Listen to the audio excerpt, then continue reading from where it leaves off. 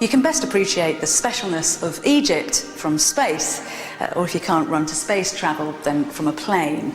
And what you do is you look down and you can just see this vast stretch of golden brown desert, and then running through the centre of it, a ribbon of magic. The blue of the Nile and the green of the fertile Nile Valley all around. This was geography's gift to the region. But of course, it took nous and determination to turn that geographical luck of the draw to the Egyptians' advantage. The Egyptians were key players in North Africa and the Middle East for thousands of years. But rather than think of them as some kind of monolithic entity, the ancient Egyptians, it's actually much more satisfying to get to the bottom of the stories of the individuals who made them so great. Through the old and the new kingdoms, the fortunes of Egypt changed, and there was a particular group of people who helped to catalyse that change. These were the pharaohs. Now, don't forget, this was a time when the pharaoh was thought to have 1 foot on earth and 1 foot planted very firmly in the heavens, a person capable of superhuman endeavours. So in this film, we look at the genius of 2 particularly high-achieving pharaohs who actually lived 1,200 years apart. First up is Khufu, the man who's burnt his name into the popular imagination by constructing the giant pyramid at Giza to house his tomb. And secondly, we meet the pharaoh Ramses II. Now, Ramses lived in very different times when things were politically very jumpy, and his priority was to promote the Ramses brand right across the region.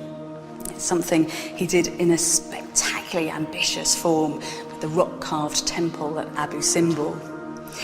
Even as a child, I was gobsmacked by the magnificence of these endeavours.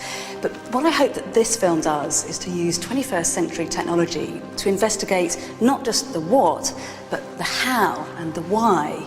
And one of the real treats for me is when we take a computer right inside the superstructures to analyse how they were made and what that can tell us about the inner lives of the pharaohs who constructed them.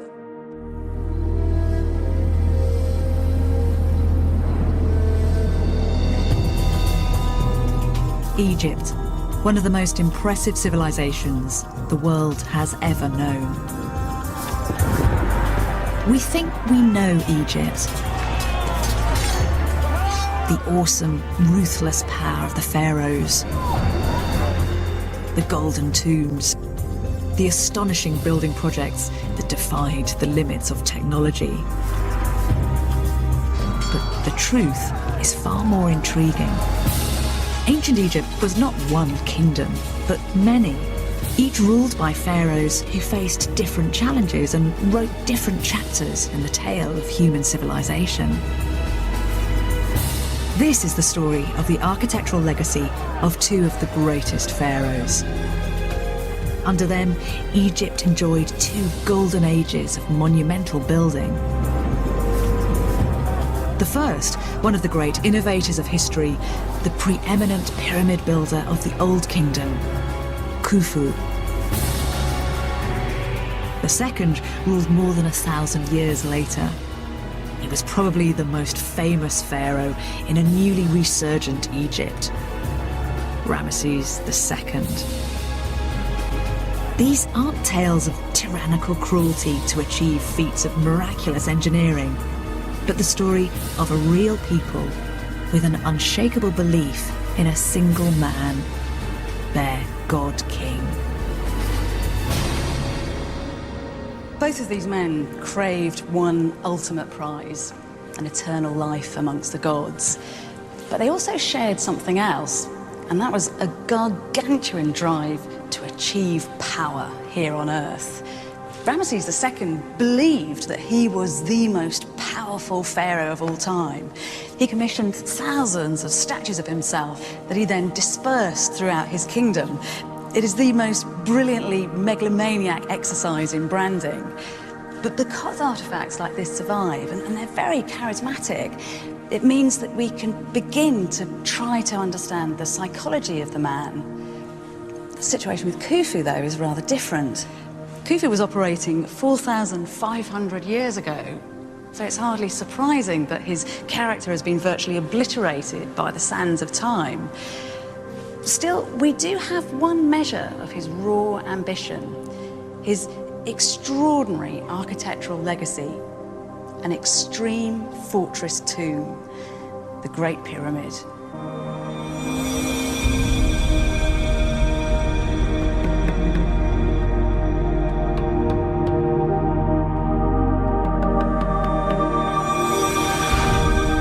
For almost 4,000 years, the Great Pyramid at Giza was the largest man-made structure on the planet. It was built at the height of what is now known as the Old Kingdom. It was a time before writing became commonplace. Records are rare. Just think of it. Largely illiterate men with the simplest of tools could coordinate to create one of the wonders of the world. Pyramids inhabit our imaginations as something mysterious, unfathomable.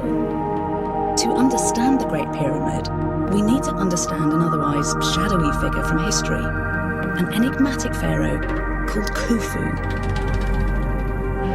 How did his people build such an ambitious structure? What was its purpose? Luckily, his monument can give us some answers. If you know how to interpret them, they lie in the stones, the passageways and the chambers of this remarkable structure, and in the care and precision of the engineers who raised it. Through this building, we can start to bring an ancient civilization to life. Their concerns, their belief systems, but above all, their dedication to Khufu, the pharaoh who for over 20 years was the most powerful human being in the known world. To try to get into the minds of the Egyptians of the Old Kingdom, you need to appreciate their religion and their complex concept of the afterlife. 2,500 years before Christ, Sneferu, the first pharaoh of the 4th Egyptian dynasty, lay dead, and his son Khufu prepared to take the throne. His father had been an incredibly popular king, but his people weren't mourning. They believed that life continued after death, and his father's death was especially significant. Because in the afterlife, the dead pharaoh's spirit would join the gods. In death, the pharaoh could influence the gods, encourage them to look after the living, and when the time came, to shepherd their spirits safely across to the afterlife. But his father's place amongst the gods was not guaranteed. First, there were precise rituals to initiate. The dead king's body had to be embalmed, and those preserved remains must stay untouched for all eternity. So important were these two rituals that even as Sneferu's body was being prepared, there's evidence that Khufu was already planning for his own death. His life will be little more than a preparation for the afterlife, where he will provide security and wealth for his people for all eternity. It's really hard for us to credit, but Egyptians bought into this idea unquestioningly, which gave Khufu enormous strength. Khufu has more power and authority than any other ruler in Egyptian history or perhaps world history. He is a living god with absolute command over all of his subjects. Through immortality, Khufu's glory and the prosperity of his people were inextricably linked. The key would lie in the preservation of his dead body. And no pharaoh in history has done more to ensure his mummy would remain safe than Khufu's own father, Sneferu. To try to understand how the ancient Egyptians lived, we have to explore the cities they built for their dead. Burial monuments were as old as mankind itself, but the pyramid was still a very recent development. The forerunners of the pyramids were rectangular tombs called mastabas, made out of mud brick. But as Egypt grew wealthier, the mastabas got grander, and the pharaohs built the grandest tombs of all. Placing one mastaba on top of another created a tomb fit for a pharaoh, the first basic pyramid was born. By the time Khufu's father came to the throne, these step pyramids were already the ultimate status symbol. Over his 50-year reign, Snefru took the art of the pyramid to new heights. His first pyramid had stepped sides. Then he tried, unsuccessfully, to build a smooth-sided pyramid. Finally, Snefru achieved his goal, the world's first true pyramid. Now, his son's ambition was to perfect what his father had started. Khufu is looking at this and thinking, you know, I can do it better. I can learn from the mistakes that my father made. I can build something bigger, grander, something that will really capture the attention of both my own people and anyone coming into Egypt.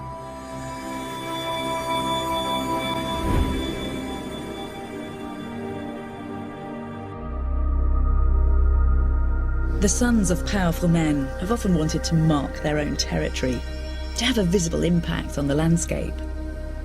The new pharaoh, Khufu, chose to build his pyramid north of Egypt's ancient capital, Memphis, on a plateau at Giza, where no previous king had been buried. It would be the biggest single stone structure the world had ever seen. Khufu's father died believing that he'd perfected the pyramid, but Khufu intended to take the art form to the ultimate expression, to cement his own place in eternity. And he would throw the entire resources of a nation at his grand project. This is a monument that Khufu is making to say, here I am, look at me, I am king, I have power, I have wealth.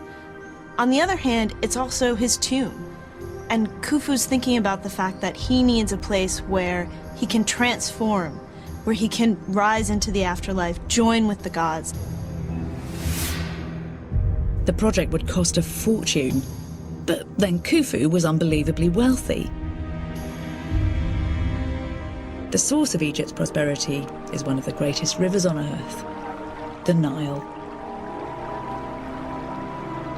The river teemed with fish, perch and mullet and catfish. It was a major trade route. And its annual floods brought Egypt's farmers life-giving water and astonishingly fertile mud.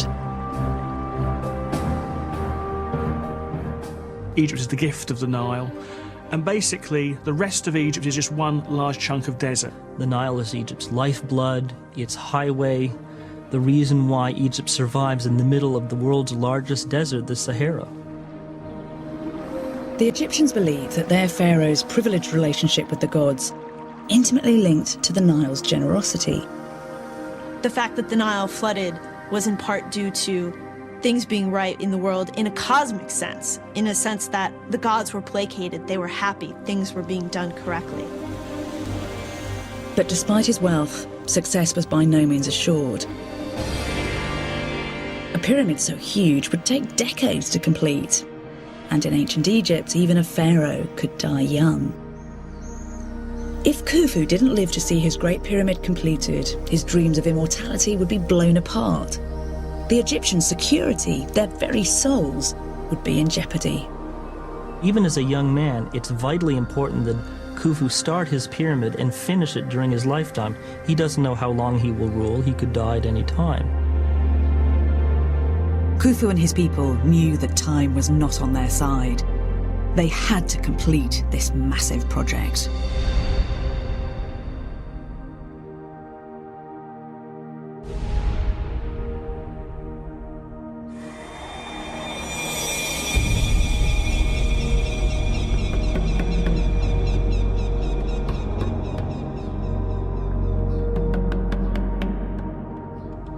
The Egyptian Old Kingdom just has to be one of the most vigorous and groundbreaking epochs in the whole of human civilization.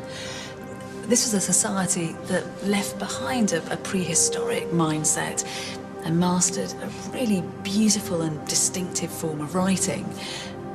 But of course, we are talking about 2,500 years before Christ, and so much of that writing hasn't survived. We just don't have the personal correspondence and the architectural plans that would give us a clue to how a man like Khufu planned and built his great work. So what we have to do is interrogate the pyramid itself.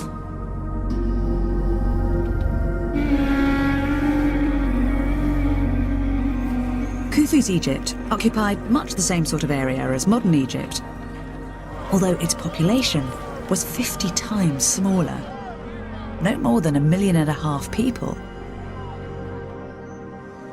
But if Khufu wanted a pyramid that would dazzle the gods, he would need an enormous workforce. Around 25,000 healthy young men. It would be the greatest mobilization of people that Egypt had ever seen. So where did he raise them? Khufu owned thousands of foreign slaves from incursions into Libya and Nubia. It's an enduring myth that these captives built the Great Pyramid. The story fits our technicolor fantasies that Egyptian wonders were built on the blood and sweat of slaves, on broken lives. But it's not true. Modern-day analysis of DNA taken from the bones of the workers proves that they were not foreigners, but native Egyptians. Free people. And we now believe there were very good reasons why Khufu didn't have to press gang men to work for him. To actually be somebody who is helping guarantee that the current pharaoh will pass successfully into the next world is quite an important contribution to society. And it's a part of the cosmic insurance policy, if you like, for an Egyptian to make sure his king is properly buried, and therefore to work on his pyramid. It has a very definite personal importance. Each labourer had an emotional investment in making this project work. Khufu's relationship to his people was far less tyrannical, far more paternalistic than has previously been thought. But for a long time, it's been very hard to see how so many of Egypt's farmers could be diverted from food production without crippling Egypt's economy. Today, Egyptologists believe the answer lies in the seasonal ebb and flow of the river. The Egyptians organised the building schedule around the river's flood season. The floods stopped farmers from working for up to 4 months of the year. If he organised his schedule carefully, Khufu could offer an attractive alternative. The annual flood of the Nile is terribly important for building the pyramid, because when the Nile is flooding, there are 3 months or 4 months out of the year where the peasants can't really work the land. So the king very cleverly has organised it so that during those 4 months where they would be out of work anyway, they can actually be gainfully employed. Scheduling the most labour-intensive periods of the build around the flood season is a solution that kept everyone happy. The flooded Nile was also the most efficient means of transporting men and materials. This ancient waterway, over 4,000 miles long, fed Khufu's grand project. As the building site at Giza stood nearly 5 miles from its banks, engineers carved a canal system through the fields that lay between. The building that was about to take shape was more than a fortress grave. Its design was infused with powerful religious symbolism.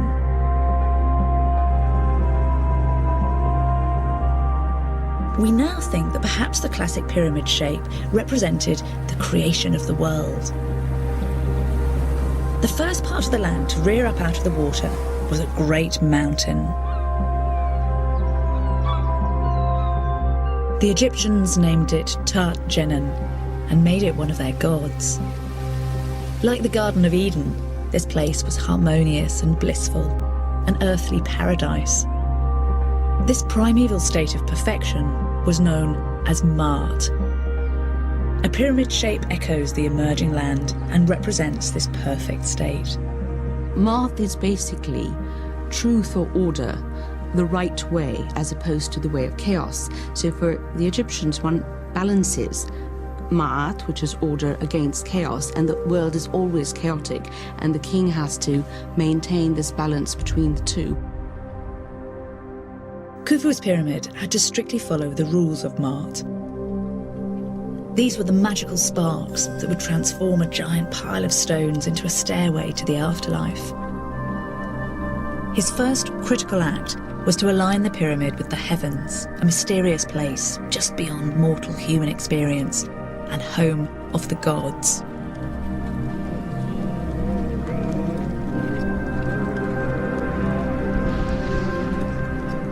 The greatest of the gods to be honoured was the sun god Ra. Ra, they believed, carried the sun across the sky from the east to the west. When the pyramid was completed, the east and west walls would face the rising and setting sun, honouring Ra's journey. But the east-west alignment wasn't the most crucial. Khufu and his priests believed that although the perfect state of Maat is rarely achieved on Earth, it could still be found in the night sky, at the site of their North Star, Tuban. By configuring it to point towards the North Star, it makes a stronger connection between his own preservation of order and the order in the heavens.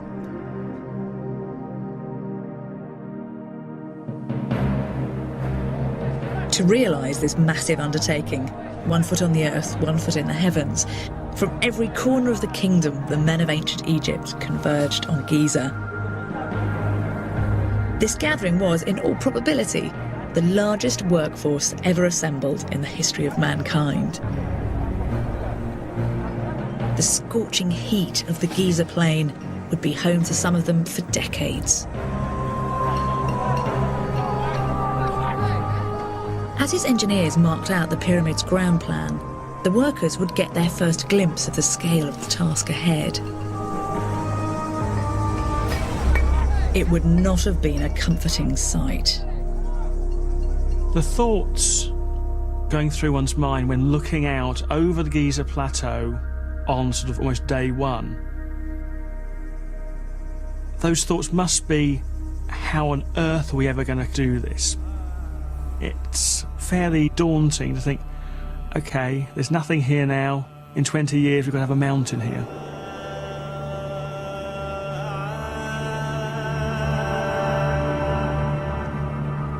These men had to build the pyramid before Khufu died, and it had to be perfect. This was a huge structure. The potential for error was massive, as Khufu's own father had learned.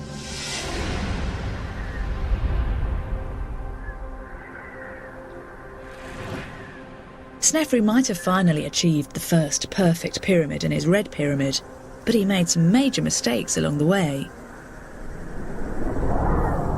His first attempts at a true pyramid ended in disaster. He sited the structure on an area of desert where the bedrock was a little unstable. So as the sides rose, the foundations started to crack.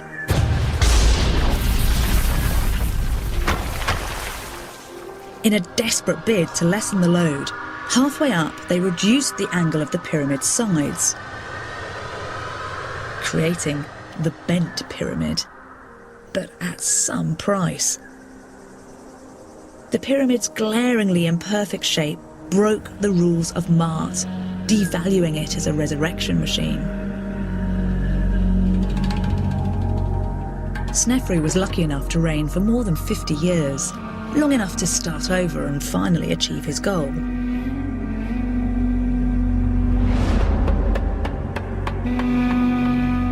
But Khufu couldn't gamble on having that luxury. He might only have one shot at getting his pyramid right.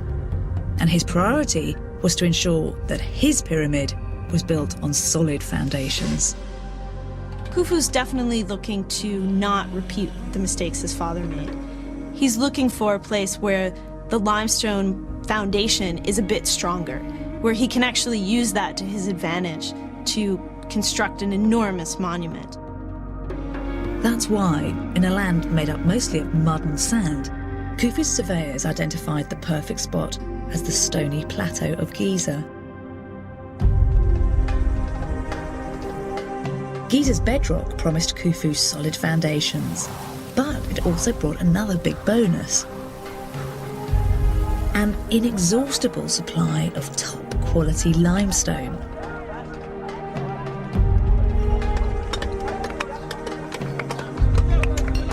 A quarry right on the pyramid's doorstep, at a stroke would cut millions of man-hours from the project. Khufu may be thinking, my sons could build here as well. I can set up a sort of family generation of tombs on this one site because the plateau is so large.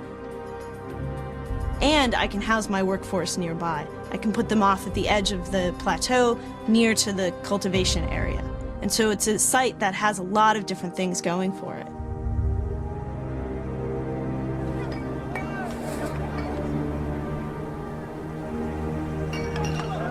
The pyramid would swallow almost 2.5 million blocks of limestone, weighing an average of 2.5 tons each. Some of the blocks at the base of the pyramid were even heftier, as much as 15 tons. Khufu and his engineers had made a good start, solid foundations and an abundance of stone. But they still faced a big challenge. They had to ensure that every stage was constructed absolutely level. If it was rising even slightly out of line, it would be imperfect, useless, a disabled insult to the very gods it was aiming to delight.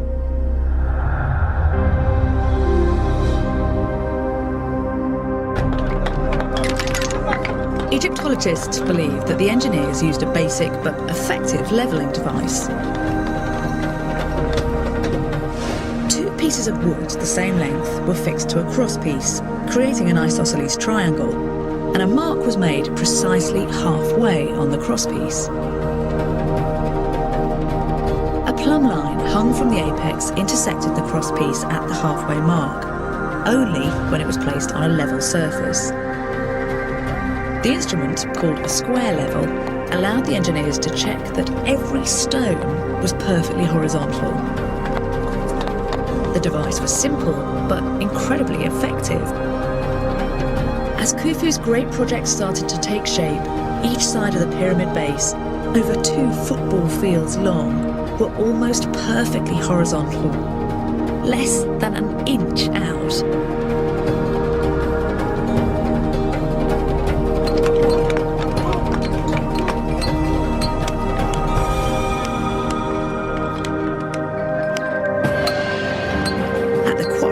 Workers faced a daunting daily schedule. In a 10-day week, they only had 1 day of rest. We know that the teams of quarrymen cut and delivered 1 stone block every 3 minutes to the pyramid. Each limestone block was hacked from the rock face and cut to size in situ. They had really simple tools, primitive stone pounders and chisels made of copper, which is a relatively soft metal. Mind you, limestone is easier to cut than many other kinds of stone. The ancient Egyptians used the same tools to cut stone for centuries, and it would be another 500 years before they started using bronze to create a new generation of much tougher tools. Like their forerunners, Khufu's builders relied on dogged persistence and sheer man numbers to succeed. The fundamental thing about Egyptian technology at this time is its practical technology. They don't really go in for speculative stuff. It's what do we need to get the job done, and that's really as far as they wish to go. Once each stone was roughly prepared, the quarry workers had to get them to the building site. Even though the quarry was beside the pyramid, it was a mammoth undertaking. Most of the stones were many tons in weight. So how did they carry 6 million tons of stone up the side of the emerging pyramid? Once again, it seems the solution was simple and practical. Their near neighbours, the Sumerians, had been using wheeled carts for over 1,000 years. Khufu's engineers would certainly have been aware of the technology. But the sheer weight of the stones and the build-up of sand would have made carts hugely impractical. The Egyptians opt for the more straightforward approach.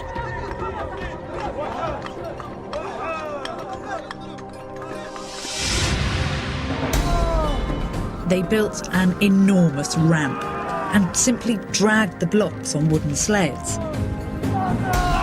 The ramp was made from quarried rubble and stone and lined with wooden treads to help the sled move more easily. The ramp and sled system had been around for at least a century, and it allowed 20 men to haul 2-ton blocks of stone up the side of the pyramid. In the past, the Egyptians' refusal to use wagons has been seen as an example of their entrenched traditionalism. Not so. These men are just systematically getting the job done. That said, it's a low-tech, labour-intensive solution that is brutally tough on the workers. No matter how you cut it, building a pyramid is back-breaking work. We actually have the bones of some of the men that built these pyramids, and they all show the strain and stress of its construction. The workers' skeletons are a grim record of their lives. Broken or deformed bones, severed limbs, damaged spines. Tests suggest that the men's average lifespan was just 32 years, compared to 55 for a member of the nobility. A punishing price that Khufu's workers paid without complaint, because their labour secured his and their immortality, as long as the job could be completed in time.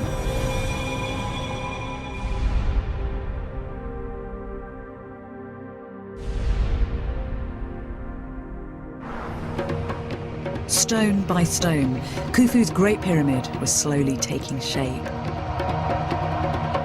The blocks arrived unfinished.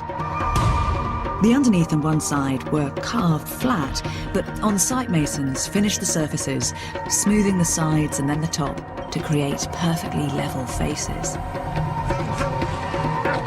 This massive workforce brought with them their own logistical problems.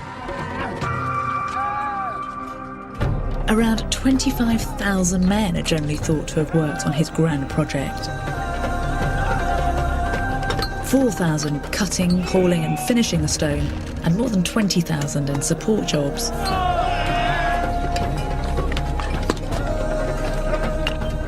Over the course of a year, that accounted for around 1 in 30 of Egypt's male population working on the pyramid.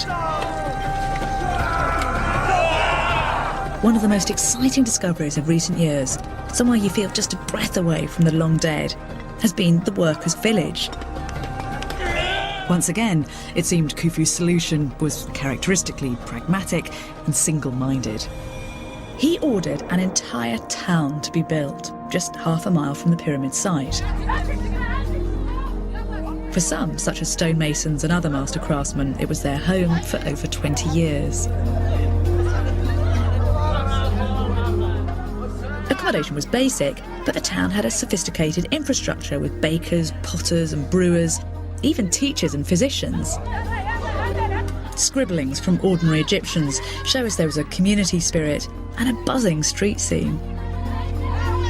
If you're coming to work in the pyramid for 2, 3, 10 years, you have your entire family housed there. Your children will have to go to school there. You will have medical facilities, there'll be places for entertainment. All the women will have their jobs, so it is a very large, thriving, bustling city. Each worker almost certainly got a daily ration of 10 loaves per family and a generous beer ration. To peasant farmers, it must have seemed the high life. All the people who are working for the king are being very well fed, much better than if they had stayed home and remained peasants on the land, because the king gives them meat and poultry and fish and bread and beer, plus extra rations that they can send back to their extended families at home. So they are really getting food fit for a king.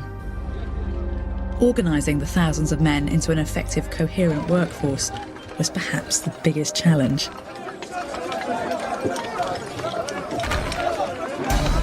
The Egyptians achieved a level of coordination, efficiency and camaraderie that would put many modern building projects to shame. Is their ability to organise, because no rabble would ever have been able to build even any of the pyramids, if they were given a century to do so. The foreman devised a complex chain of command that ensured everything ran like clockwork. They divided the main workforce of 4,000 into 2 crews. These crews were then split into 2 gangs, and these divided down further, finally reaching units of 10. The system ensured everyone knew exactly his daily targets and who he answered to. It was hardly a coincidence that these basic 10-man units were also the ideal number to work on a single block, making each unit the driving force of the build. Splitting workers into these small groups made the project easier to control and had an added bonus. Their overseers could up the work rate by introducing a little competition. The first teams to hit the overseer's target would be rewarded with extra beer rations.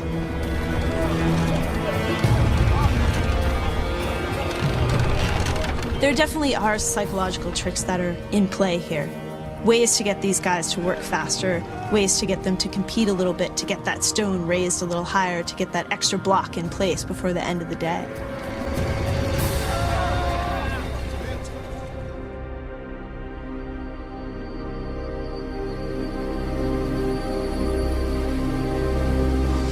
It must have seemed like achingly slow progress. But stone by stone, the world's largest building project began to take shape.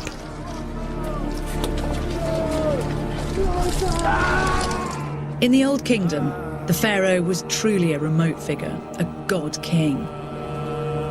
If he visited the site at all, it would have been thrilling for the workers lucky enough to catch a glimpse of him.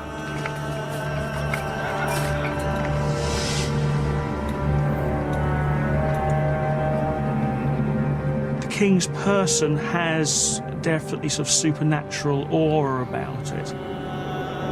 So if you were doing work on the pyramid and he was appearing, that certainly would have been quite something to tell your grandchildren about. Once the foundations were in place, the pyramid reached a critical phase.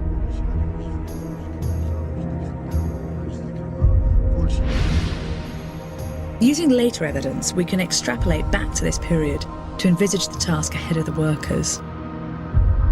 Deep in what would become its core, engineers constructed their pharaoh's burial chamber. This was where his mummified body would be laid.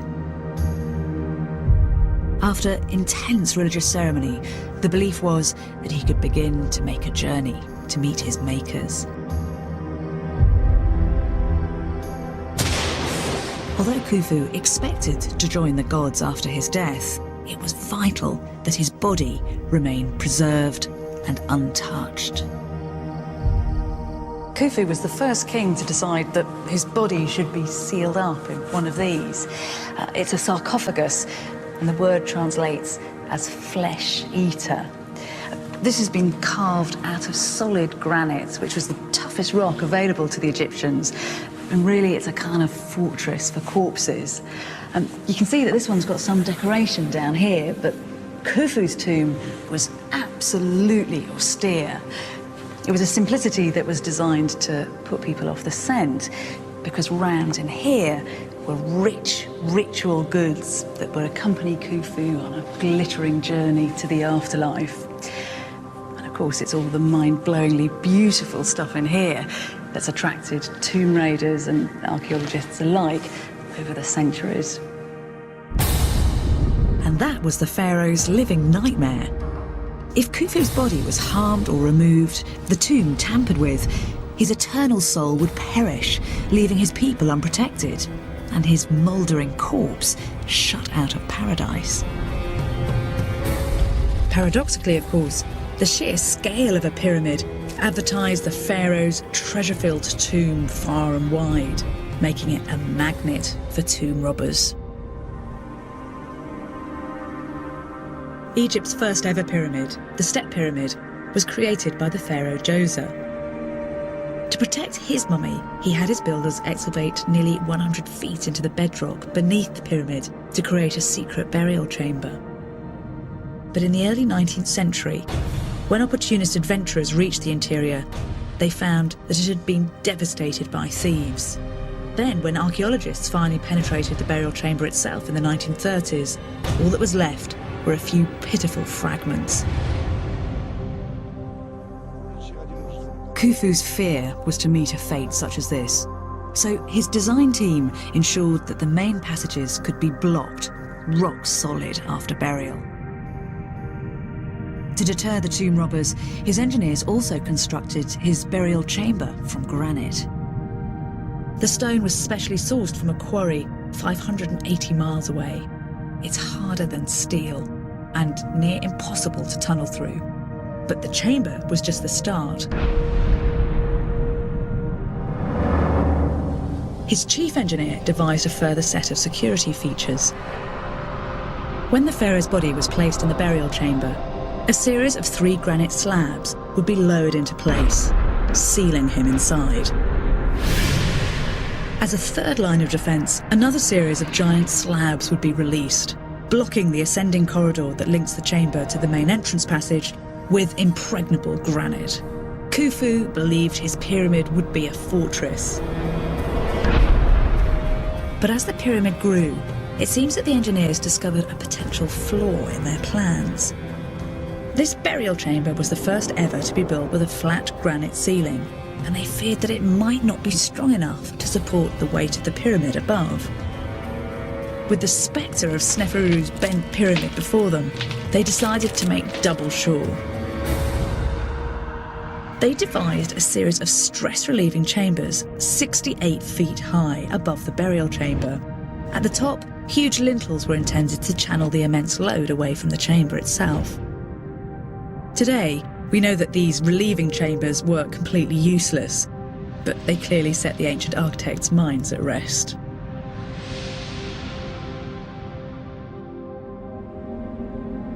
We believe it took 2 decades for the pyramid to reach its final stages. Khufu had survived to see his pyramid climb to an impressive height. But the work was far from finished. Polished stone cladding would transform the pyramid from a pile of carefully laid stones into a dazzling monument, a beacon, an aesthetic as well as an architectural triumph. His workers still had many months of hard labour ahead of them. Highly skilled stonemasons encased the rough-hewn stepped blocks with high-quality white limestone. They had to ensure the casing stones fitted against each other perfectly with no visible gaps. Then they carved and polished the limestone to an iridescent, smooth finish. They worked with chisels that were just 1/3 of an inch wide. Full-time chisel sharpeners toiled alongside the stonemasons to keep them supplied with freshly honed blades. The casing stones, which were now added to the pyramids, change their appearance completely.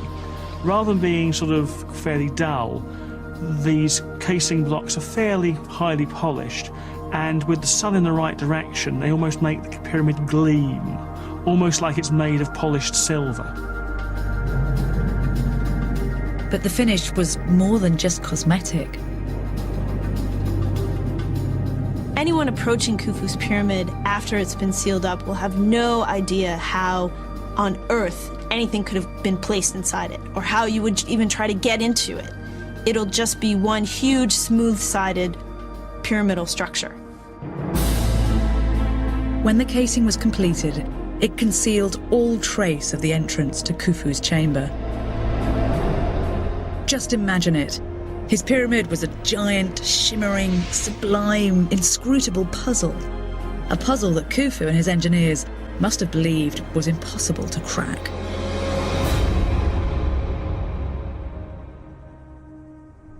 "20 years after he started, the pharaoh Khufu had survived to see his masterpiece complete. He and his... Khufu in the end was probably the most audacious of pharaohs.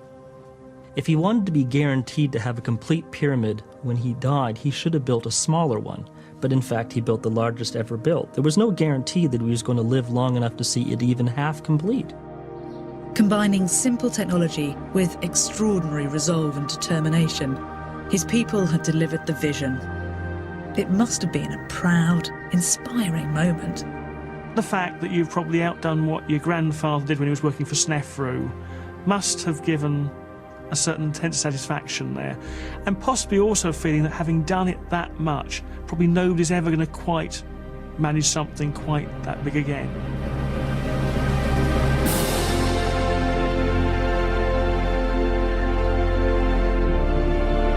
The Egyptians are rejoicing. The pyramid is complete. The afterlife of the king is ensured. He will join with the gods. He will preserve order in the afterlife. So this is a time when all of Egypt is in celebration. Khufu built a pyramid at Giza that was the tallest structure in the world and remained so for 4,000 years. But the pharaoh barely had time to enjoy it.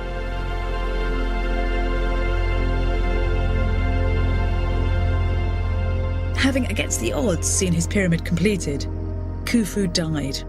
By our standards, probably still only a middle-aged man.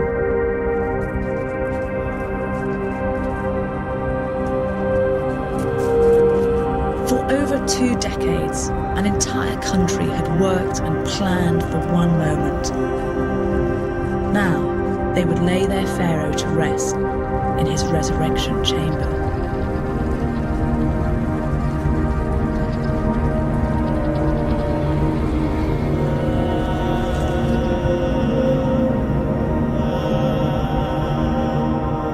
From the chamber, they were convinced that his spirit would ascend to the heavens.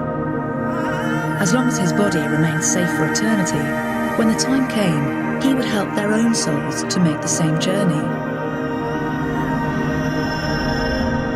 The engineers had created 2 shafts, over 200 feet long, on either side of the chamber. These were the secret passages through which the pharaoh's spirit could leave and re-enter the pyramid. Now his spirit would reside among the stars in the heavens, home of the gods. There he would repay his people's great sacrifice by guarding over them for eternity.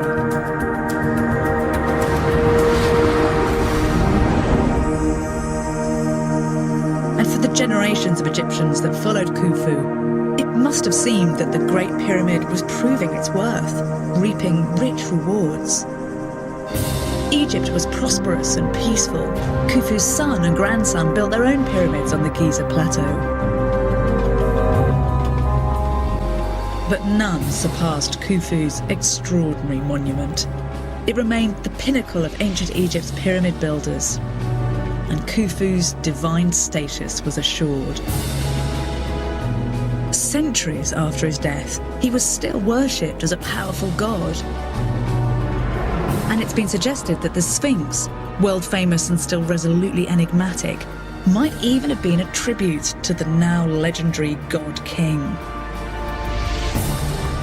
After Khufu's reign, Egypt enjoyed almost 400 years of unbroken peace and prosperity. The country was stable, its people slept peacefully in their beds at night, their stomachs were full. It seemed as if the gods were happy. But sometime soon, the spell would have to break. Khufu's cosmic insurance policy would no longer offer any protection.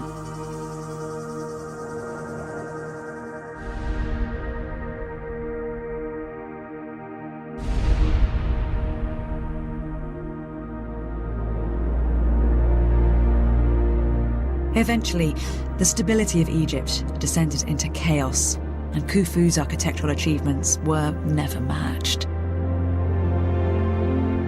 This visionary pharaoh illuminated the Old Kingdom during the early stages of Egypt's development. Khufu was lucky.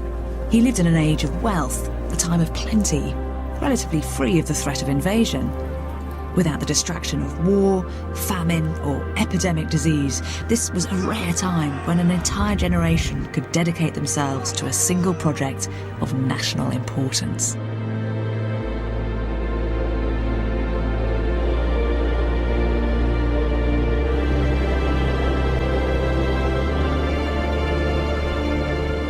the fundamental purpose of the pyramid was to deliver their pharaoh immortality.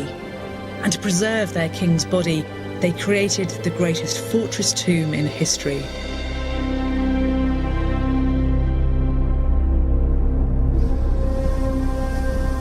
They believed that its ingenious security system would form an impassable barrier to even the most determined tomb robbers for eternity. 820 AD, long after the ancient Egyptian empire had fallen, an Arab caliph hunting for treasure tried to tunnel into the Great Pyramid. Meeting the first set of granite blocks, his men tunneled over them, entering into the passageway's ceiling. And on reaching the slabs barring the entrance to Khufu's burial chamber, they simply chiselled through the doorframe where the granite was thinner. But inside, they discovered it empty. Someone had got there first. Khufu's mummy, along with the unimaginable treasures, had gone.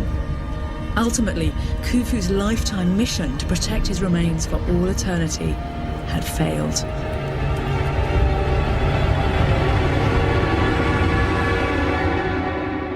Khufu is not having a good afterlife. The whole point in building this pyramid was to get into the afterlife. This was what was so important. And because his remains don't last, his job was completely unfinished. In the end, Khufu and his people were betrayed by descendants from new civilizations they could only imagine. Their carefully laid plans, preserving the king's body in a work of art to guarantee his and their own immortality, were pathetically frustrated. We're actually really lucky to be talking about Khufu at all, because his name was nearly forgotten by history. He is name-checked in a few places, on the walls of tombs of high-ranking officials and priests, and on a few artefacts. There's a really lovely little statuette where he's name-checked. But none of this evidence is very articulate or very expansive. I mean, even here on this inscription, we just get his name and the fact that he was associated with the god Horus. It's very hard to get a sense of the real man. But Khufu, the master builder, does live on, thanks to the Great Pyramid. Through it, he has triumphed over death. He illuminated the Old Kingdom, and he still commands the respect of men and women born over 4,000 years after his death.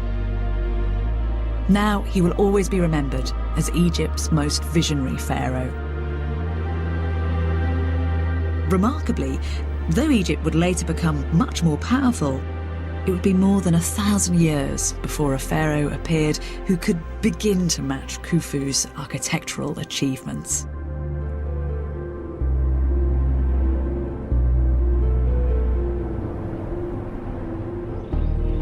After the death of the great pharaoh of the Pyramid era, Khufu, Egypt enjoyed almost 400 years of unbroken peace and prosperity. But then the unthinkable happened.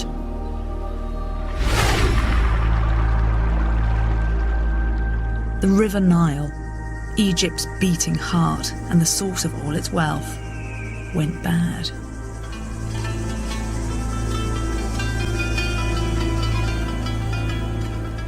Egypt's prosperity fundamentally relies on the Nile flood. If the Nile flood is too high or too low, famine's going to result. You're either not going to have your crops properly watered or everything's going to be washed away. Nowadays, it's fairly clearly understood that that is what brought it all to an end. When the Nile was reduced to a trickle, crops failed and widespread famine followed. The gods were obviously unhappy. The privileged relationship the pharaohs apparently had with the immortals had gone sour. The kings lose control. They no longer are perceived as being strong and powerful the way Khufu certainly was in his day.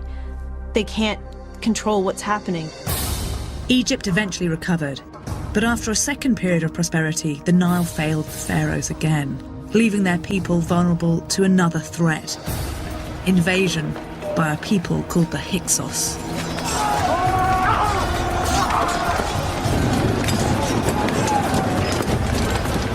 They are a conquering force. They come with chariots that the Egyptians haven't seen before. They come with composite bows that have much better range and accuracy. They come with a force that catches Egypt by surprise. The country fell to the invaders.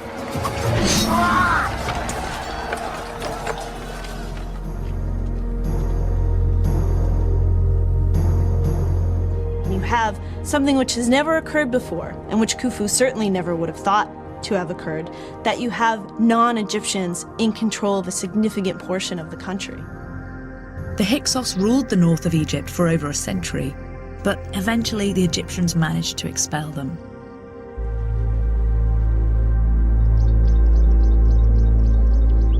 Their territory was finally back in the hands of the Egyptians, just as the Nile recovered to feed its land once more. New leaders emerged and were crowned as god kings. But the bond between the pharaoh and the people had been stretched and weakened. In Khufu's era, Egypt knew little but peaceful prosperity, and pharaohs took the credit. But the cataclysmic events of the intervening centuries showed the people that their god kings were not all powerful after all, and their borders were far from impregnable. And then a new pharaoh appeared who would equal Khufu's ambition.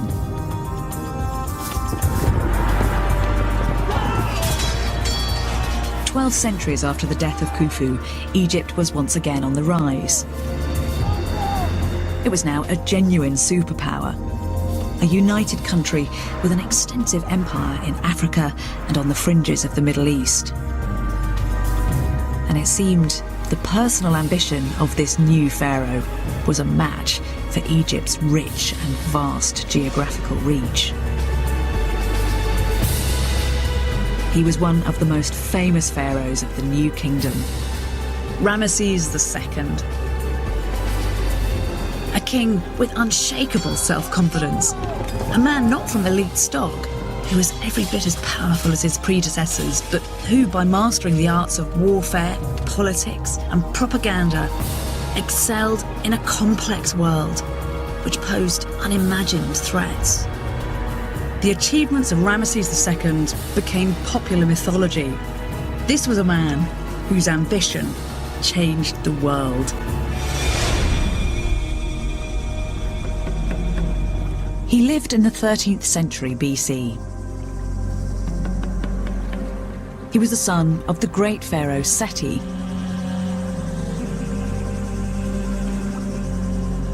who wasted no time in having his priests anoint his eldest son as heir to the throne. Ramesses was born into the 19th dynasty, a line of immense wealth and influence. These new bloods had overseen a renaissance in the empire, and Ramesses would go on to become the most iconic pharaoh of the New Kingdom.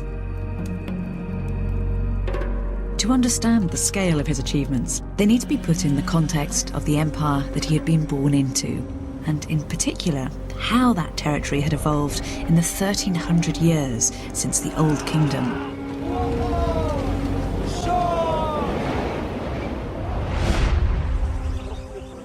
The pharaohs of the Old Kingdom were blessed with wealth, but they had also enjoyed something quite unknown to Ramesses and his family: security. During this earlier period, Egypt had been virtually free from the threat of invasion, and there were other signs that the gods were happy.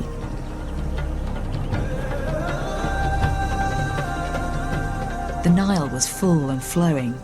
Its annual floods, rich in nutrients, ensured that the farmers enjoyed bumper harvests. And as the living, breathing conduit to the gods, the old pharaohs took the credit for this period of abundance. The kudos allowed them to mastermind architectural projects of breathtaking ambition. Armies of workers were mobilized to build their pyramids, the largest constructions in the known world. But although these pharaohs could harness and exploit the manpower of an empire, they were remote rulers, worshipped from afar, rarely seen by their subjects. The pharaohs of the Old Kingdom did things one way, but Ramesses was living in different times. He had to find his own path. The single-minded divine image of the pharaoh, the pyramid building age, had gone. Although still a divine being, in the New Kingdom he is a little bit closer to earth. Ramesses was clearly aware of that.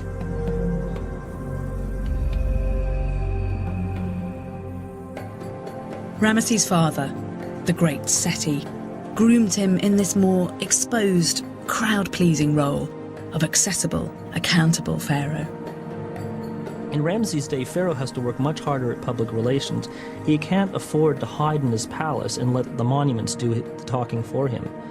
He has to appear regularly before his people in very carefully stagecraft ceremonies, yet regularly so that they can see that he exists. In the outer courtyards of the temples, Ramesses, as crown prince, took care of business with his father. Pyramids were part of a long-distant era, but buildings were still central to the pharaoh's authority, and religious symbolism was as potent as ever. In the New Kingdom, Giza was no longer the centre of pharaonic power. The heartland had shifted 400 miles south to Karnak on the Nile.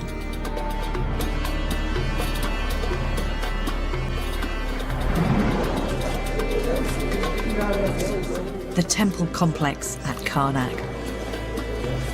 Like the Great Pyramid, the structures had sacred power, which offered a viable path to the afterlife. But unlike the elitist pyramids of Giza, the contemporary temples were far more accessible.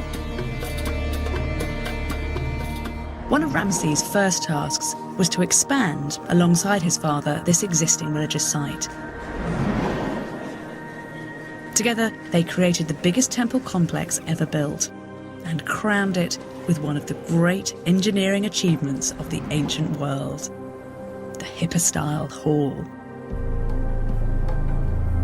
These halls formed a route between the bustling outer temple courtyards and the sacred areas deeper within the architectural fantasy. Supporting a massive stone ceiling were 134 towering columns, the tallest over 70 feet high. At their base, these shafts are so thick that it takes more than 7 people holding hands to encircle a single column. But, like the Great Pyramid builders of the Old Kingdom, Seti's engineers used deceptively simple methods to build the hall. As the column sections arrived from the quarry, the builders stood one on top of the other. As the walls of the hall rose, they filled it with sand to raise the floor so that each new section could be easily set in place. When the roof slabs were on, the workers drained the sand, finishing the columns on the way down.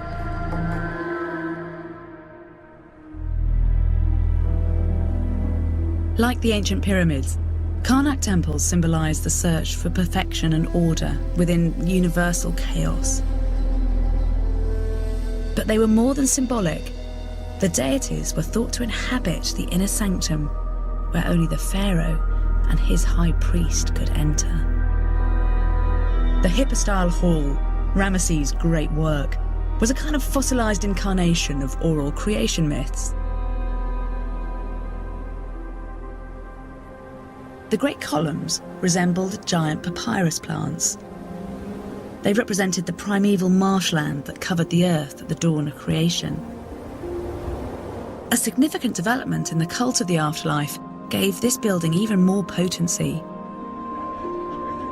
So when Ramesses inherited the task of supervising the carving of the interior of the Hypostyle Hall, he was continuing a cosmically vital task. The dead pharaoh's spirit was no longer sustained in the heart of a massive pyramid. It now glittered from the very stone and the paint of the statues and reliefs. His artists were more than merely decorating. This imagery was transforming the hall into a potent source of religious and political power. The pharaoh in waiting was beginning to create the Ramesses brand. The temples are where the pharaoh projects his image. They're the billboards in which he can advertise his glory and also his faithfulness to the gods. In part, he's trying to impress the gods themselves, not just the general populace, so he has two audiences.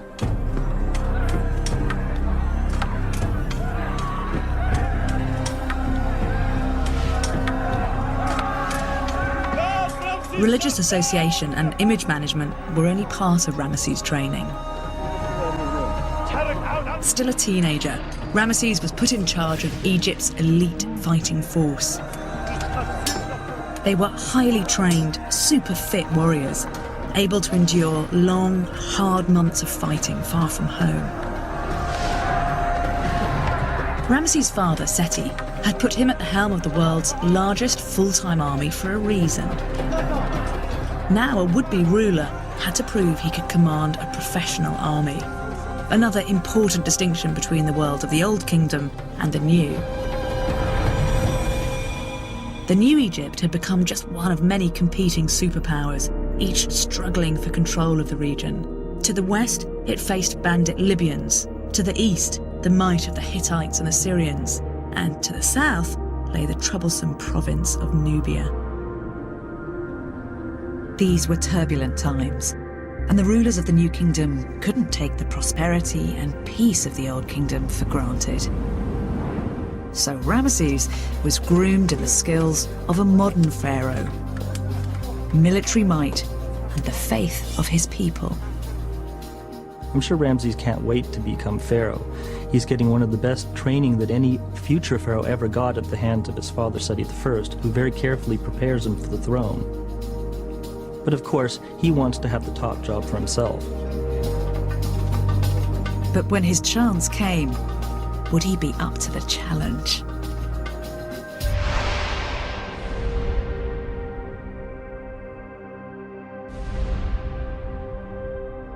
Great temples was not enough. He had to shed blood.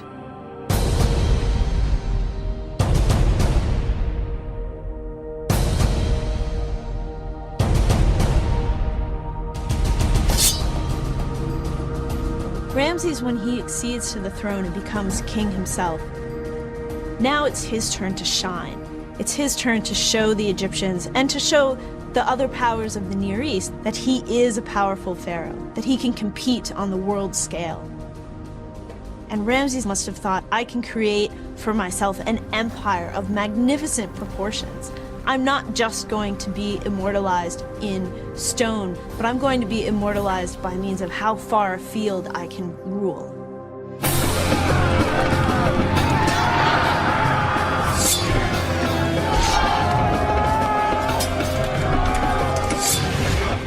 Just 4 years into his reign, the young king unleashed his forces to Egypt's east. He skillfully subdued a string of small city-states in Canaan, modern-day Palestine and Israel, securing a lucrative trading corridor.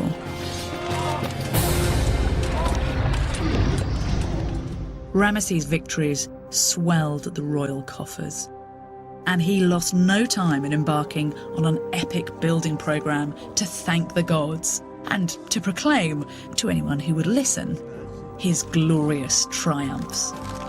The amazing thing about Ramses is how confident he is when he becomes king. He's a young king, untried, and yet he hits the ground running. He immediately launches into this huge building program, very ambitious, and starts fighting wars overseas. You have this balancing act happening, where you need to have a strong military, in part to ensure that the wealth keeps coming into Egypt, so that you can send that wealth off to your temples and thank Amun-Ra for helping you to have this huge empire. At Luxor, near Karnak, he extended the temple, creating a great forecourt filled with colossal statues of himself. And in front of them, he sunk 2 giant obelisks carved from single blocks of pink granite. Like the pyramids before them, they pointed to the power of the skies. Ramesses was riding high. He'd scored some memorable conquests, but if he was to be remembered as the greatest pharaoh ever, then he had to outperform his ancestors.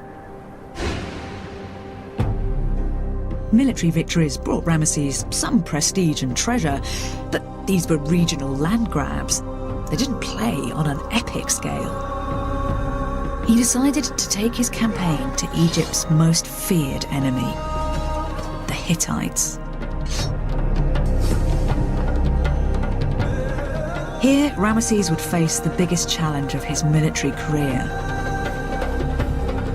The Hittites were a sophisticated, organised, expansionist civilization and a rival superpower to Egypt. His father Seti had won a famous victory over the Hittites, commemorated on the walls of Karnak Temple, when he captured the strategic town of Kadesh. But the Hittites won it back, a reverse the Egyptians could not forget. Kadesh is a strategic location in Syria, but there's something in the Egyptian psyche that I think makes them obsessed with Kadesh. Kadesh sat on the borderlands between Egypt and the Hittite kingdom, ruled by King Muwatallis. Whoever controlled it also enjoyed the surrounding prime agricultural land, an area today known as the Bekaa Valley. 4 pharaohs had tried to secure this crucial strategic prize. Now, Ramesses staked his reputation on succeeding where so many of his predecessors had failed. Ramses has a lot riding on Kadesh. He is a young pharaoh. The Egyptians are after one of the richest valleys and richest territories in that area. That's the prize catch. If they control Kadesh, they control the rest of the territory as well. Only 5 years into his reign, Ramesses marched his army 400 miles out of Egypt to a plain, now in Syria, then just west of Kadesh. Ramesses' spies informed him that the Hittite king, Muwatallis, commanded an awesome force. 37,000 foot soldiers, supported by 2,500 chariots. Muwatallis raged at this incursion. But the young pharaoh had reason to be confident.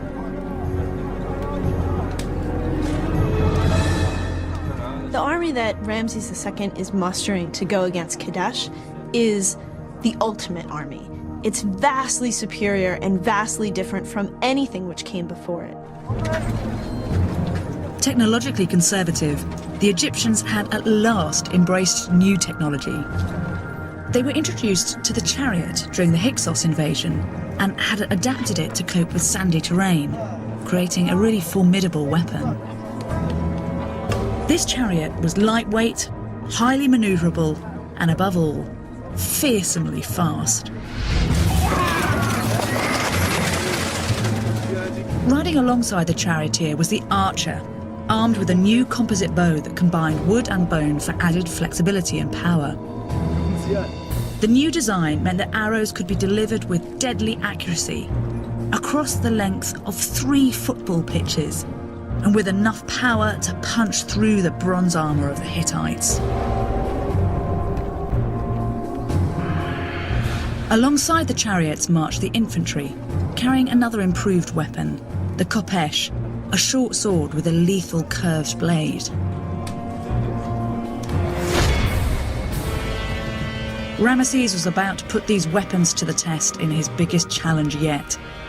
If he could capture Kadesh, the young king would become a legend among his people, and the spoils would fund a building and public relations program that ensured his name lived on forever. It is a do-or-die situation for him. He needs to prove that Egypt is in control, both to the Hittites, but also to his own followers, also to the people in Egypt. As Ramesses and his army approached Kadesh, he received encouraging news. Egyptian scouts found 2 men, double agents as it would turn out, hiding in a nearby forest. When the captives were interrogated, they claimed that the Hittite army was 120 miles away. The town stood unprotected. It seemed Kadesh was his for the taking. Impatient for victory, Ramesses split away from his troops and took a single division to within striking distance of the town. He ordered a second division to circle around to the north in a pincer action. But just as victory seemed within his grasp, disaster. Ramesses realised he'd fallen into a Hittite trap.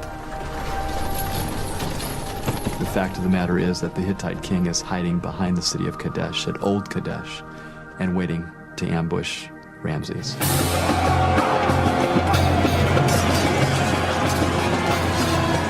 The Hittites struck hard and fast, buttressed by their possession of a new military technology, iron weapons. The young pharaoh faced a disastrous defeat. But just as the Hittites seemed poised to crush the Egyptians, his second division swooped down from the north and took the Hittites by surprise. Inspired by their arrival, Egypt's scattered troops regrouped and began a furious counterattack. Although the battle would become legendary, this was not the stuff of history. This was an awkward, messy, unsatisfying and wasteful conflict. With the armies of these two ancient superpowers fighting each other directly, this was probably the largest military engagement in world history up to that time.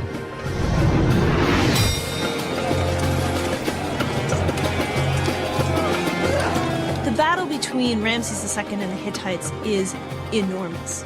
You've got massive amounts of slaughter on both sides. The battle claimed thousands of lives, but at the end of the day, there was no outright victor.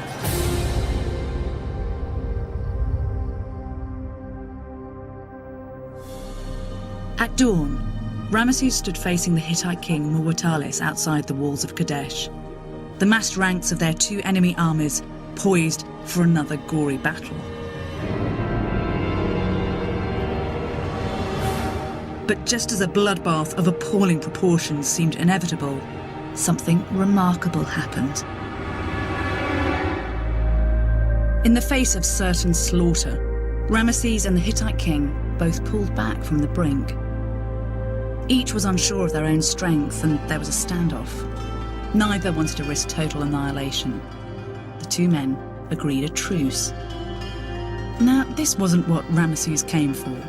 He'd failed to capture the Hittite prize, and now he must slink home empty-handed. Ramses is thinking, oh God, what have I done? I didn't win the day. I didn't even manage to capture Kadesh back. Nothing has gone the way I planned it. Now what do I do?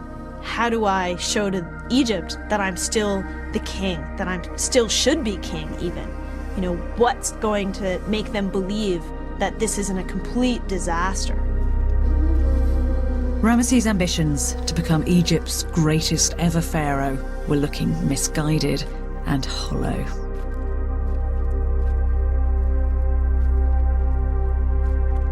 Well, when Ramses gets home, this is going to be very embarrassing. He set out to conquer Kadesh, and he doesn't get it. So he has some explaining to do. Remember, this wasn't the deferential Egypt of the Great Pyramid builders. The pharaoh was no longer beyond criticism. He knew people would be asking questions.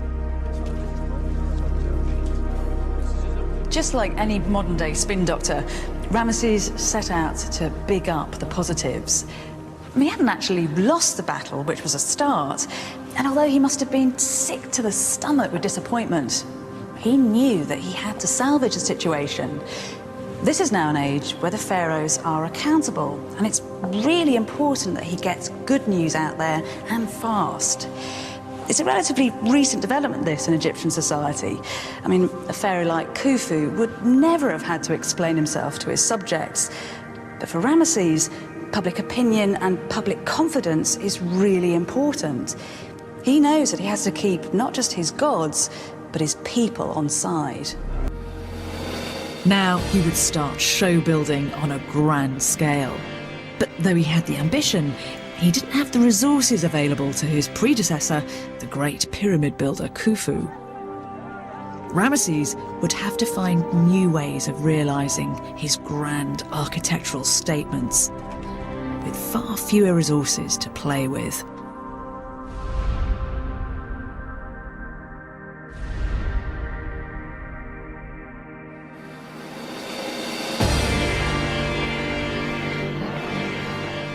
Abu Simbel, on Egypt's southernmost border with Nubia. In the 6th year of Ramesses' reign, he'd chosen this spot to build a monument to his own great self, something so studdedly vainglorious it would be admired long after his death. The age of the pyramids was over. No longer could a pharaoh harness Egypt's economy and population to his own ends. Employing tens of thousands of men to quarry millions of tons of stone and build a monument block by block was just too costly, unfeasible. But Ramesses had a plan.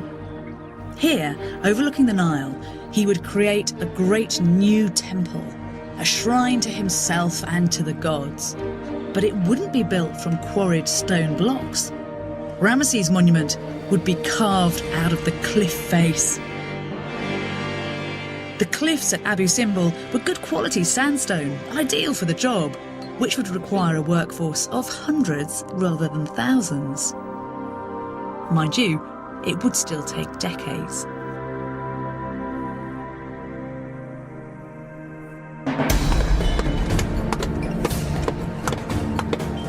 (1284 BC). Highly skilled stonemasons started work at Abu Simbel. Their first task was to create 4 70-foot-tall statues of Ramesses himself to guard the temple entrance.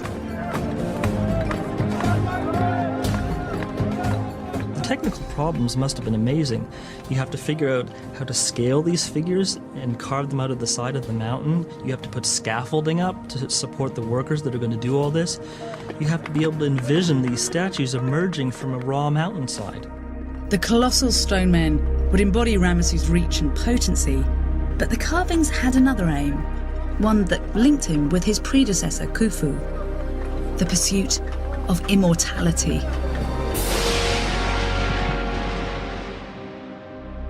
In Ramesses' time, pharaohs were laid to rest in secret underground tombs in the Valley of the Kings. But determined looters were still ransacking tombs for their treasure and their mummies.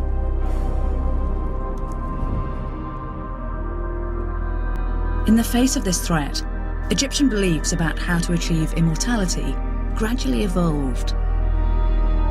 It was no longer essential for the pharaoh's mortal remains to lie untouched for eternity. By the time of Ramesses, incarnation in stone offered a new insurance policy against death. By having his face and his name, these are magical symbols, symbols that have power, symbols that themselves have immortality in them. And so even without the tomb lasting properly and perhaps the mummy being moved out of the tomb or being destroyed even, there are still other means by which he can ensure that he is remembered and is eternal.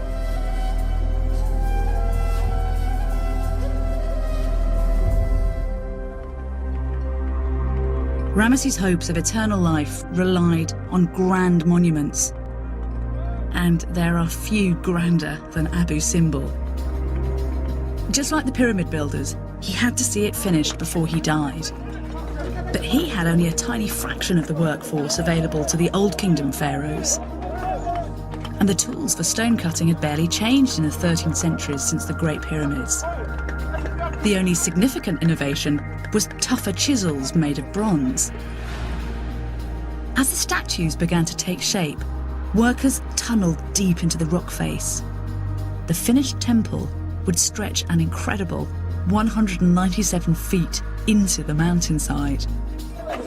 Abu Simbel's interior had to be precisely aligned to the movements of the sun. Because Ramesses was a showman, he planned a spectacular surprise deep inside his temple. a light show worthy of the gods for centuries to come. But in the here and now, Ramesses was still fretting about his old enemies, the Hittites. Ramesses launched a new assault, striking deep into enemy territory. Soon he was locked in another series of frustrating battles, capturing cities only to lose control again as soon as his army marched on to new targets. If at any point he died, his temple would lie unfinished, risking his chance of an eternal life. He could end up a forgotten pharaoh, a footnote, a lost soul.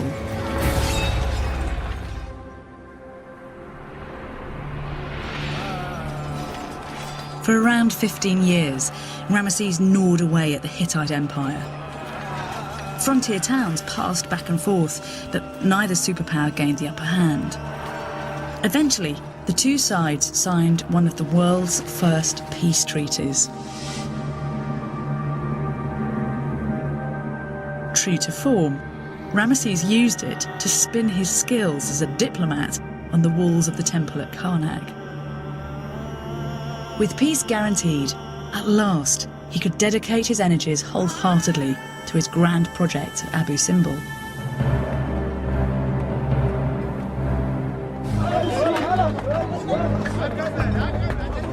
It was a brash scheme, a nouveau riche king bigging it up, trumpeting the power of his dynasty.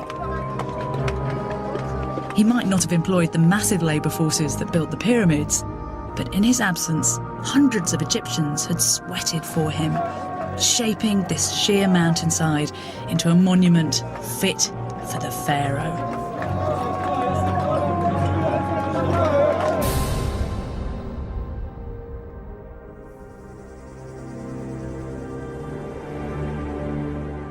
(1266 BC).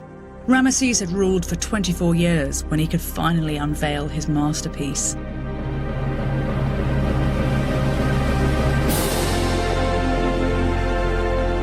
His homage to himself, his self-centered gift to the gods.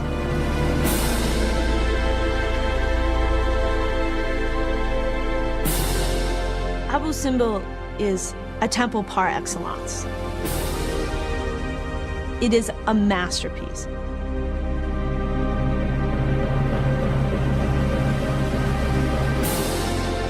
It has the king, it has the deities.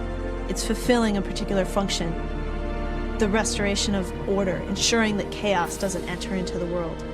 But it does it in an incredibly aesthetic way. In tune with this more troubled, complex age, the temple served a double purpose. It was also an imposing warning to Egypt's neighbours to the south. I don't think Abu Simbel is just a spectacular engineering feat built to the glory of Ramses and his godhood. It also serves as a stark warning to the Nubians in case they should rebel. It's a giant beware of Pharaoh sign. Inside stands a spectacular avenue of 33-foot tall statues of Ramesses, evidence of his belief in himself and his incarnation as a living god. Deep inside the mountain, Ramesses' brilliant trick of the light was finally triggered. In the sanctuary at the heart of the temple sits Ramesses, enthroned as a god alongside 3 other deities. Twice a year, at sunrise, the sun's rays penetrate through the dim inner halls, puncturing almost 200 feet of darkness.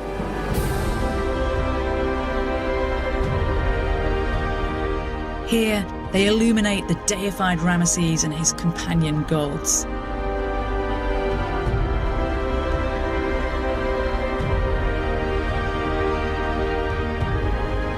The message is unmistakable. Here, Ramesses will overcome death's long night and live forever.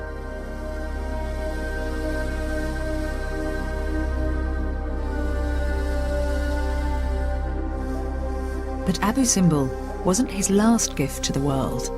Still buoyed up by his own success, Ramesses made a concerted bid for eternal magnificence.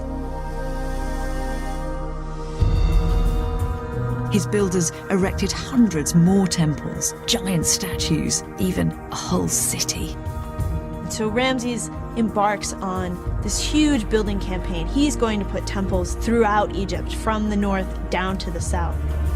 Ramesses is everywhere in stone and bronze, promoting the Ramesses brand today and perhaps in the hereafter. His insurance policy to cheat death. Ramesses' manic covering of monuments with his names and images may well be, at least partly, a desire to ensure that there's always be enough images of him left on Earth to guarantee his eternal life.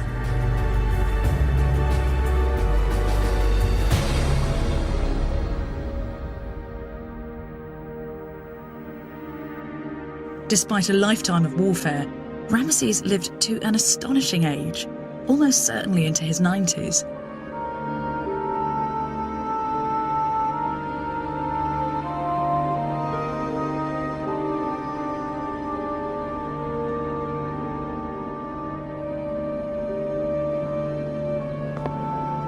He left at least 45 sons and 40 daughters, and more monuments than any other pharaoh before or since.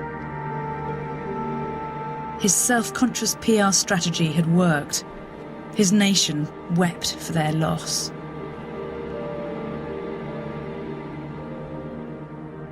It must have been an unbelievable shock when Ramses finally died. You have to remember that he lived for 3 times the average lifespan of the typical Egyptian of his day.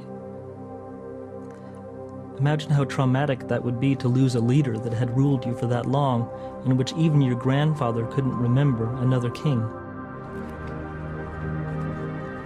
Ramesses had served his country well, giving his people 3 generations worth of peace and security, doing his bit to call down onto earth the holistic harmony of Maat.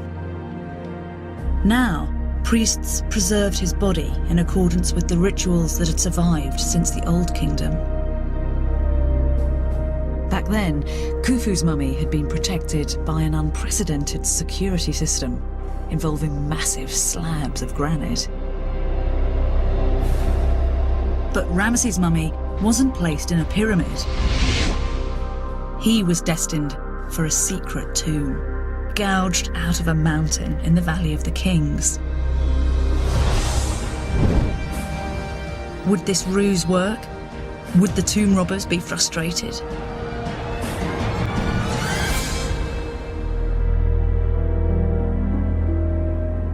Although the Egyptian Empire flourished for another 1,000 years, no single pharaoh could quite match up to Ramesses II. He had ruled over Egypt for 67 years, leaving behind a wealth of monuments.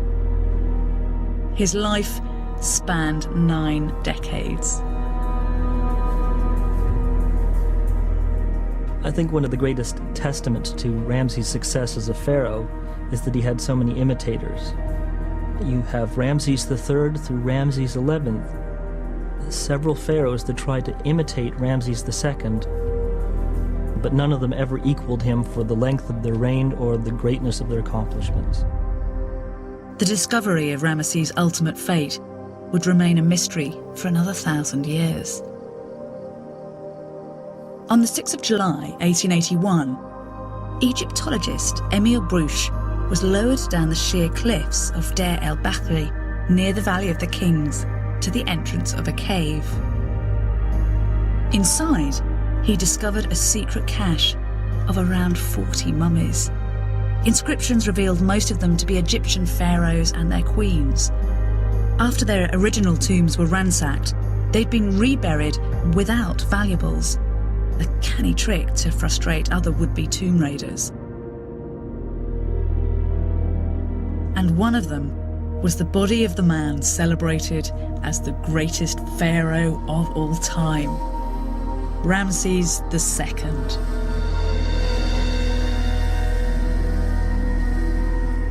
Ramesses' mummy endured, perfectly preserved, for for 3,000 years in the humblest of tombs. Scientific analysis has revealed that he was surprisingly tall for his time, 5 foot 7 inches. He had red hair in his youth, reproduced with embalmer's dye. By the time he died, he suffered from severe arthritis and mouth decay. But what sights this ravaged, splendid face has seen.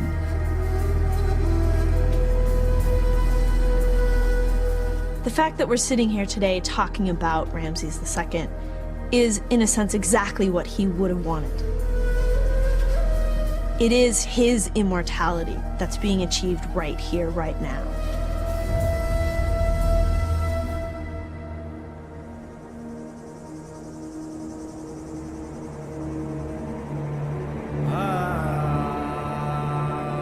Ramesses' architectural achievements, and those of Khufu, the great pyramid builder 1,000 years before, were the two high points of Egyptian monumental building.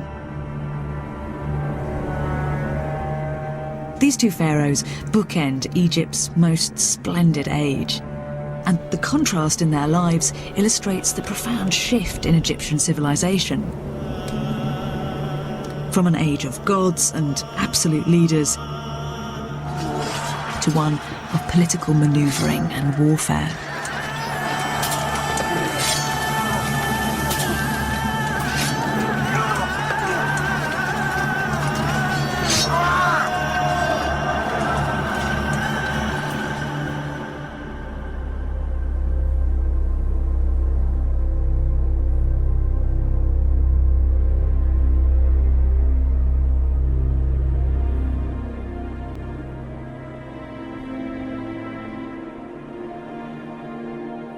Ramesses expanded his country's borders, and for 4 decades he protected the empire from its powerful rivals. Abu Simbel stands today as one of the most audacious and beguiling temples in the world. But Ramesses' architectural legacy extends beyond that single monument. His blustering buildings and statues can still be found right across Egypt. Perhaps most of all, Ramesses was an imaginative, forward-thinking ruler who did more than survive in a complex and dangerous time. He thrived. A man skilled in warfare, politics and propaganda, he embodied a very changed Egyptian world, less certain, less safe than that experienced by Khufu 1,000 years before. These two men led very different lives. Khufu was an absolute ruler, whereas Ramesses had to duck and dive a bit to keep a grip on political power. And if you set their stories up side by side, what you see is a profound shift in the way that Egyptian society worked. But I tell you what they both share. Both men believed that they could achieve eternal life by travelling to the stars, whereas actually it was human inspiration. It was the work of men with feet of clay that's given them immortality. But we still remember them because their structures still survive.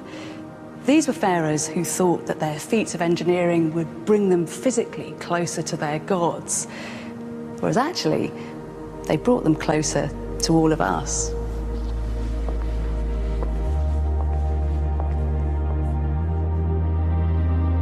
The achievements these men struggled to realise, that today we celebrate as wonders of the world, remind us that ancient Egypt was not some kind of mythical kingdom, but a real place inhabited by real, flawed, inspiring people.